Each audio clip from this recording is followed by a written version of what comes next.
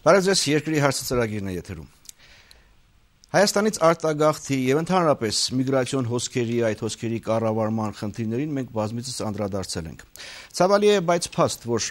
ելնելով սոցիալ-տնտեսական պայմաններից, ցածր կենսամակարդակից, աղքատությունից, անենանելի իրավիճակից, շատերը ստիպված են լինում մտածել այլ երկիր տեղափոխվելու, այնտեղ աշխատանք գտնելու, լավ վարձատրվելու եւ արժանապատիվ կյանքով ապրելու մասին։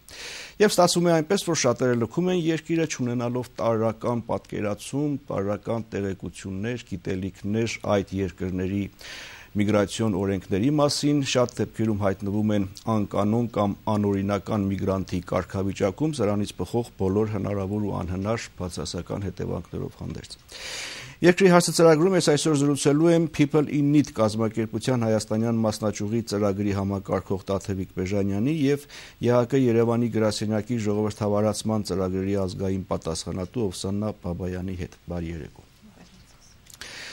People in Need կազմակերպությունը իրականացրել է մի ծրագիր, որ ունի Հայաստանում միգրացիոն հոսքերի կառավարման հզորացումը, այսպեսի վերտարություն ունի, հա։ Մինչև միգրացիոն հոսքերի կառավարման հզորացմանն անցնել է, թեև ընդհանուր առմամբ պարզ է, բայց կուզենայի հստակորեն մեկ անգամ սահմաններին ինչ ասել է միգրացիոն հոսքերի կառավարում։ Նոր անցնենք արդեն հզորացմանը։ Երևի ես պատասխանեմ այդ հարցին, միգրացիոն հոսքերի կառավարումը բավականին ծավալուն ու բավականին համապարփակ գործընթաց է, երևի թե նկատի ունենալով այն, որ միգրացիան ունի եւ դրական եւ բացասական կողմեր։ Հասկանալու համար ինչպիսիք են միգրացիայի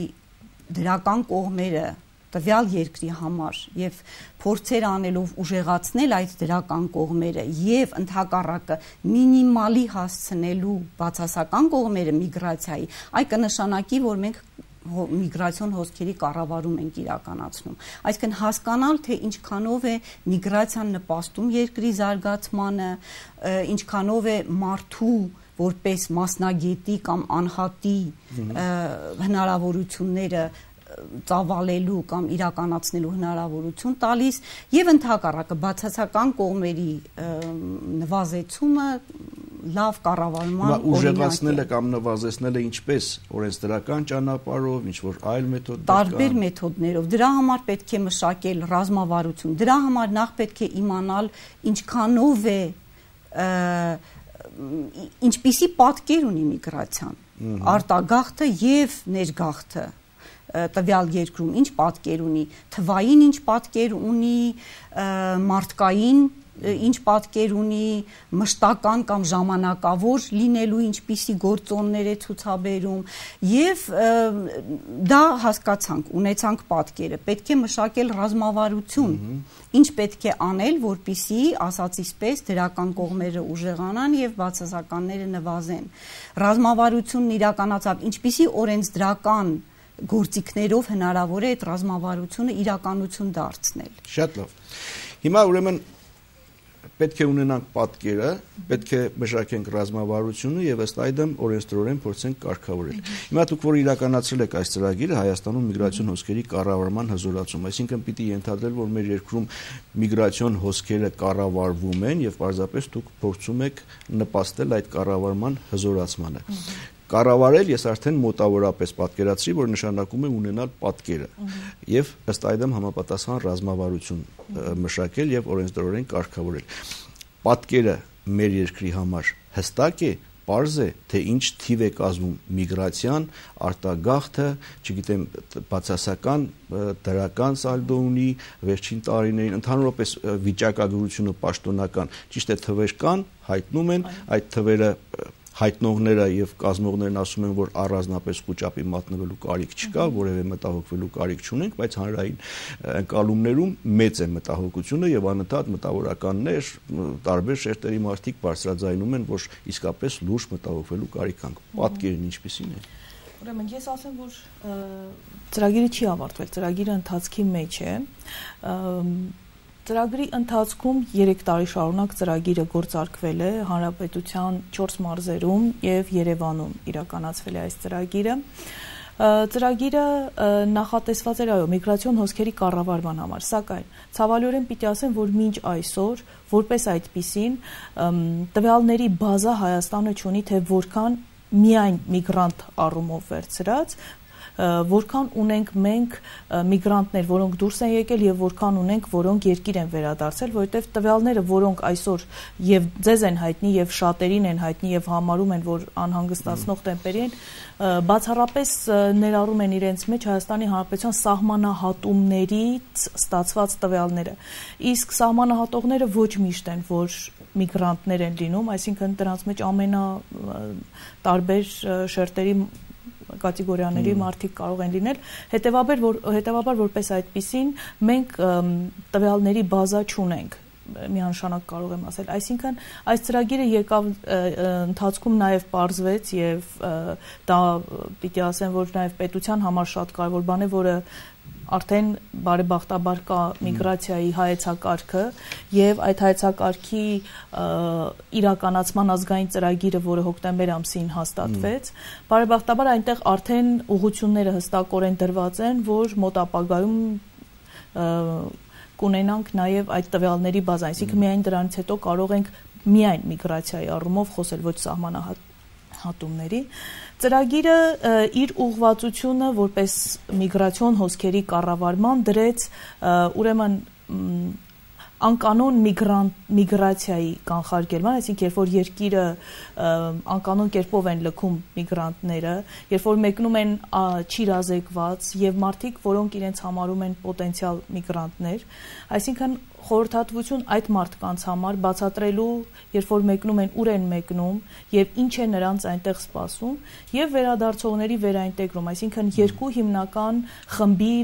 համար նախատեսված ծրագիր է այս ծրագիրը։ Ես կարող եմ անդրադառնալ, թե ինչ է արել ծրագիրը եւ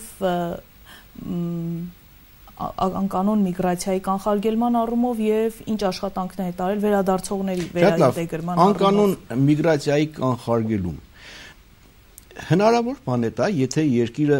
չունի համապատասխան սոցիալ-տնտեսական պայմաններ, եթե երկրում բարձր մակարդակի է աղքատությունը, եթե մարդը հայտնվում է անելանելի իրավիճակի մեջ, եթե մարդը չի կարողանում իր երկրում ինքնաիրացվել, մենք կարող ենք այսպես հանգիստ խոսել անկանոն միգրացիայի կանխարգելման հնարավորության մասին։ Շատ հետաքրքիր հարց եք տալիս, գուցե թե կանխարգելում բառը մի քիչ կատեգորիկ է, գուցե թե նվազեցումը ավելի իրատեսական կլինի, որովհետև ոչ միայն Հայաստանը, որևէ երկիր, ցանկացած երկիր շատ այդպես հավակնոտ կհնչեր, եթե նրանք ասեին, որ նրանք կանխարգելում են անկանոն։ Եթե խոսքը հարուստ երկրի մասին է, հավակնոտ չէր հնչի։ Եթե չեմ կարող ասել, որովհետև անկանոն միգրացիան տարատեսակ դրսևորումներ ունի, բայց կենտրոնանալով ձեր հարցի վրա ասեմ հետևյալն է, խնդիրը ոչ թե այն է, որ մարդիկ գնում են, խնդիրը այն է, որ շատերը այդ երկրից մեկնելը տեսնում են որպես իրենց խնդիրների միակ լուծում։ Ելք, միակ։ Այո, այդտեղ է, որ մենք պիտի հասկանանք, թե ինչքանով պիտի ստեղծվի այն միջավայրը, այն իրավիճակը, որտեղ մարդը Հայաստանի քաղաքացին չդիտի էմիգրացիան, մշտական միգրացիան որպես իր տարատեսակ խնդիրների միակ ելք։ Եվ ես կարծում եմ, որ այստեղ է, որ մենք անելիք ունենք եւ այստեղ է, որ ես եւս ուզում եմ առիթից օգտվել ու ասել, որ ընդհանրապես միգրացիոն կառավարումը երկրներում շատ ավելի դիտվում է որպես իմիգրացիոն, այսինքն ներգաղթի, եթե օգտագործենք այդ բառը, ներգաղթի եւ իր քաղաքացու եւ տարբեր քաղաքացիների այդ հոսքի կառավարում,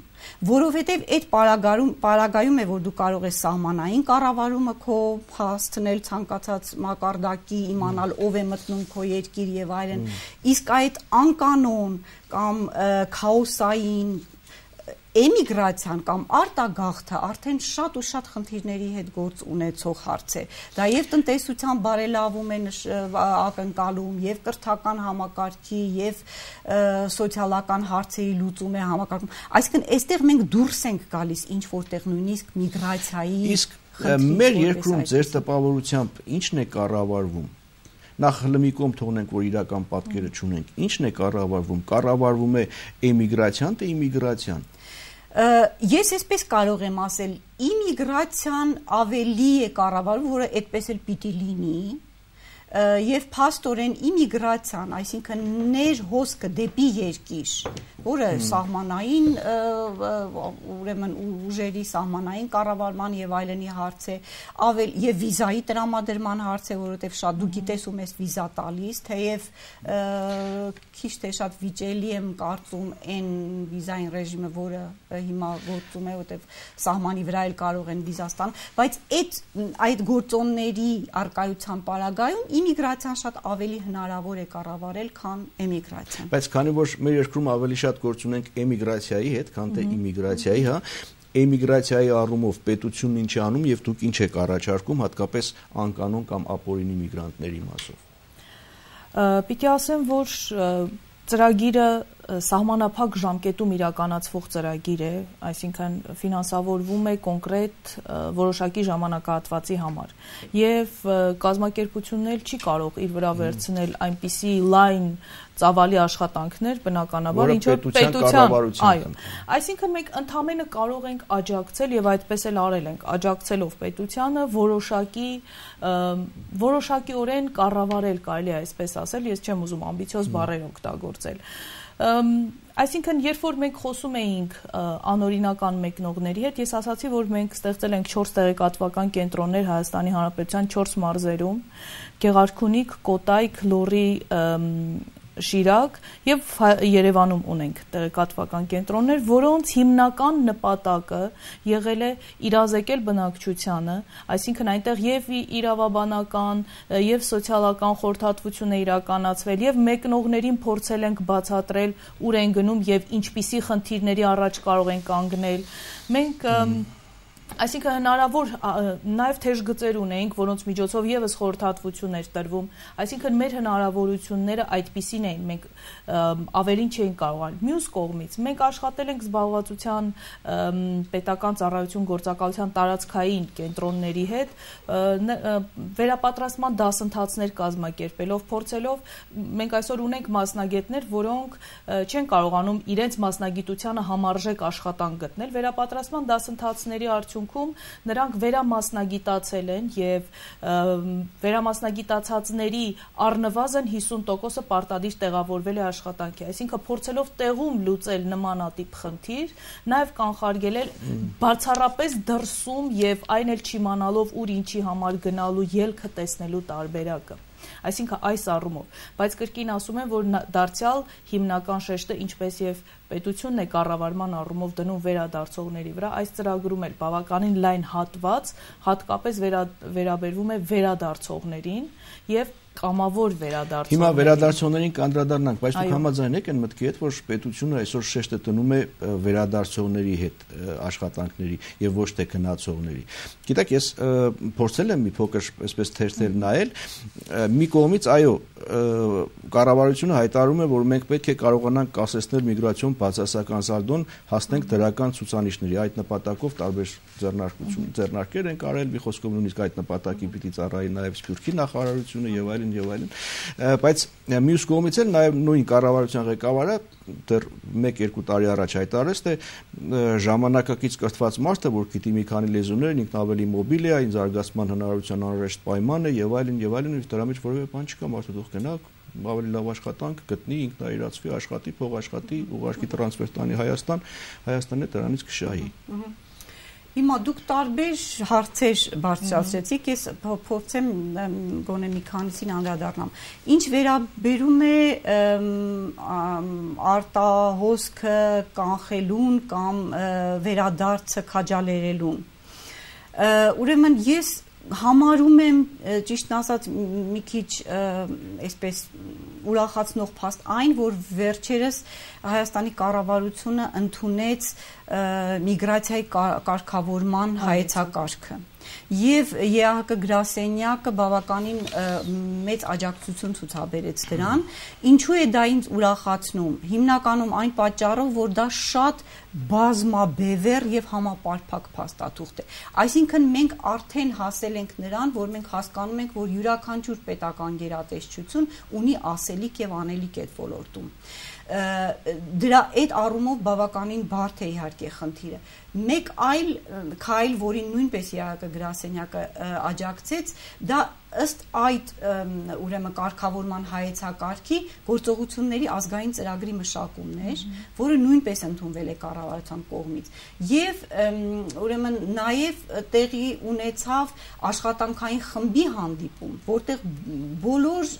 շահագրգիռ նախարարություններ իրենց ներկայացուցիչներն ունեն։ Այսինքն գործողությունների ազգային ծրագիրը ամեն նախարարության վրա դնում է որոշակի պարտավորություն եւ աշխատանքի ծավալ։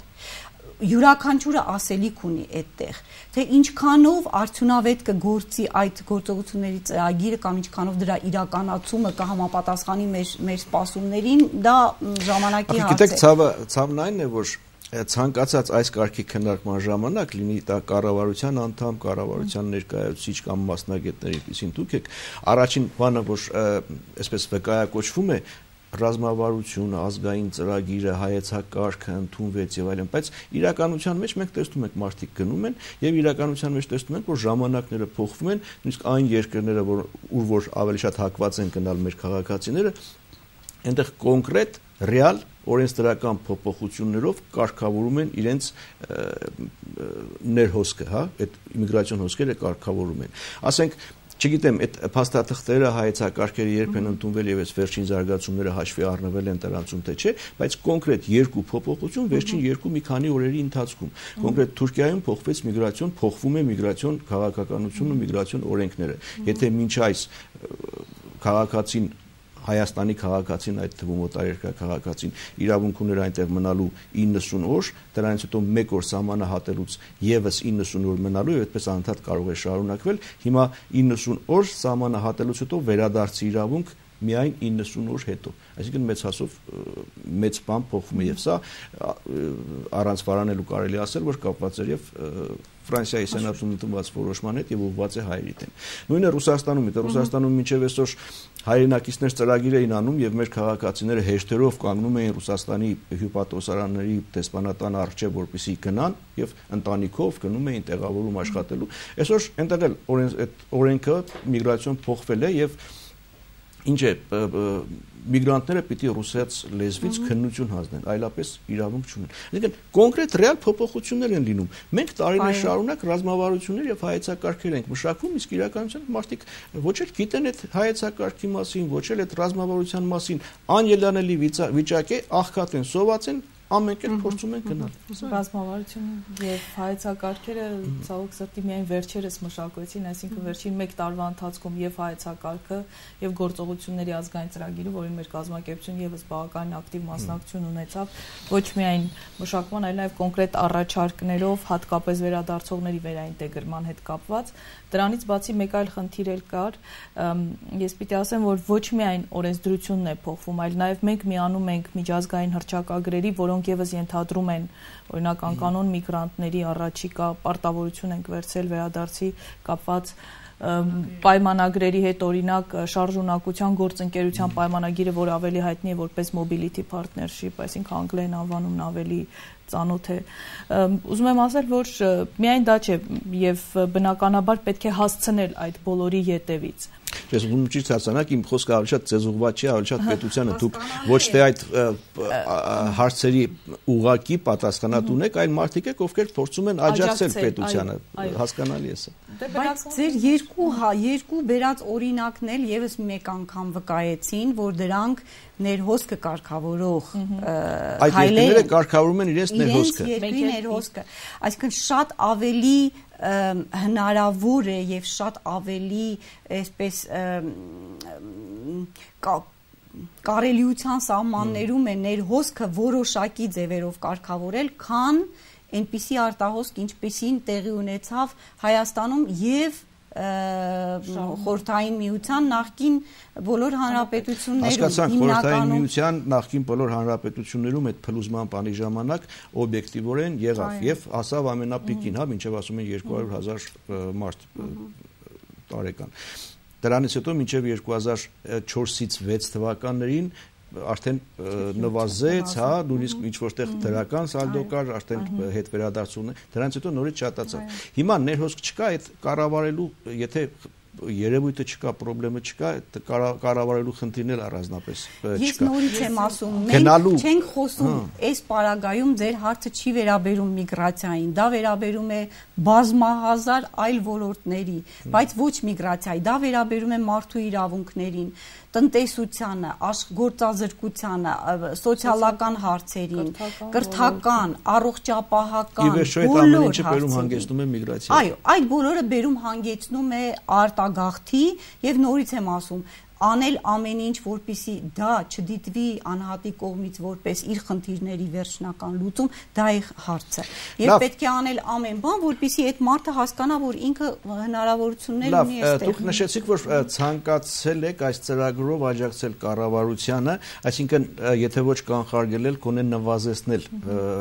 միգրացիան եւ տեղեկատվական միջոցներով, հա, մարդկանց իրազեկելով, թե ուր են գնում, այնտեղ ինչպիսի օրենքներ կան, ինչ պայմաններ, ինչ հնարավոր ռիսկեր կան եւ այլն եւ այլն։ Այս մասով եթե բան ունեք ավելացնելու կարող եք ավելացնել, բայց հաջորդ հարցը պարզապես մեր ժամանակը սպառվում է, դրա համար եմ շտապում։ Հաջորդ հարցը այն դեպքերն են, երբ որ մարդը գնում է եւ միշտ չէ, որ գնում է եւ իսկապես գտնում է իր ուզած աշխատանքը, իր ուզած վարձատրությունը, այդ հատկապես անօրինական կամ անկանոն միգրանտների մեջ շատ թիվեր են կազմում են մարդիկ, ովքեր գնում են, դժվարությունների են հանդիպում, խնդիրների են հանդիպում եւ մտածում են, որ լավ, եթե այսպես պիտի ապրեի, ավելի լավ է մնայի գոնե իմ հողի, իմ հայրենիքի։ Հետ գալուց հետո էլ մի խնդրեմ էլ դա է, չէ՞, նորից գալ։ Հա, ըստ ընդ որում շատերը, ասենք, այդ հուսահատված պահին վաճառում են ամեն ինչ, տուն, տեղ, ամեն ինչ, գնում են, ասենք բախտը որոնելու չեն գտնում։ Հետ են գալիս նորից խնդրեմ, նորից վերաինտեգրվել, սա էլ մի ուրիշ խնդրեմ։ Այո, ես ուզում եի դրան եւս անդրադառնալ, այսինքն միայն վերջին հայեցակարգի եւ ազգային ծրագրի շրջանակներում դա էլ որպես խնդիր ընդգրկվել է